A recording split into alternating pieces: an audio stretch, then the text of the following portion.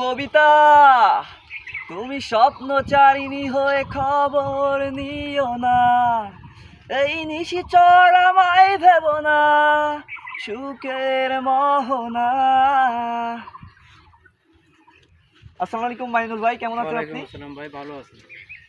আচ্ছা, আপনি তো জেমস মাইনুল, আপনার একটা আমরা জানি আপনার খাজুরায় অনেক পরিচিতি আছে। তাছাড়া আপনার জেমস মাইনুল নামে একটা ফেসবুক পেজ আছে, আপনি ইউটিউবে এবং অন্যান্য সোশ্যাল মিডিয়ায় কাজ করেন।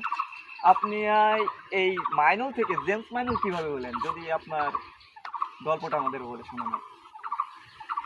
মাইনুল থেকে জেমস মাইনুল হওয়ার পিছনে অনেক বড় গল্প আছে, আর এটা বলতে গেলে অনেক সময় লাগবে, কিন্তু আমি অল্প কিছু বলতে চাই।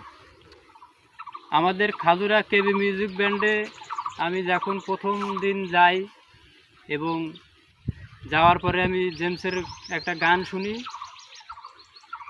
তার নাম হলো জেমস সম্রাট।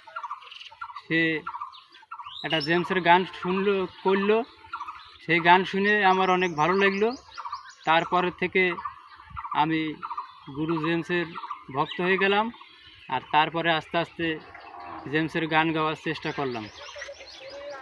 আর তারপরে আস্তে আস্তে মানে জেমসের গানগুলো কীভাবে করা যায় এইটা আমি চেষ্টা করতেছি। আর সবথেকে বড় বিষয় যে আমরা জেমস সম্রাটকে যদি আমি ওই দিনকে না দেখতাম, তাহলে মনে হয় আজকে এই জেমস মাইনুল হওয়ার গল্পটা মনে হয় থাকতো না। আমি এইটুকু মানে সংক্ষিপ্তে শেষ করলাম। সবাই লাইক করবেন, ফলো করবেন এবং মাইনুল ভাইয়ের, জেমস মাইনুল ভাইয়ের আরও জীবনের গল্প শুনতে ফলো রাখবেন।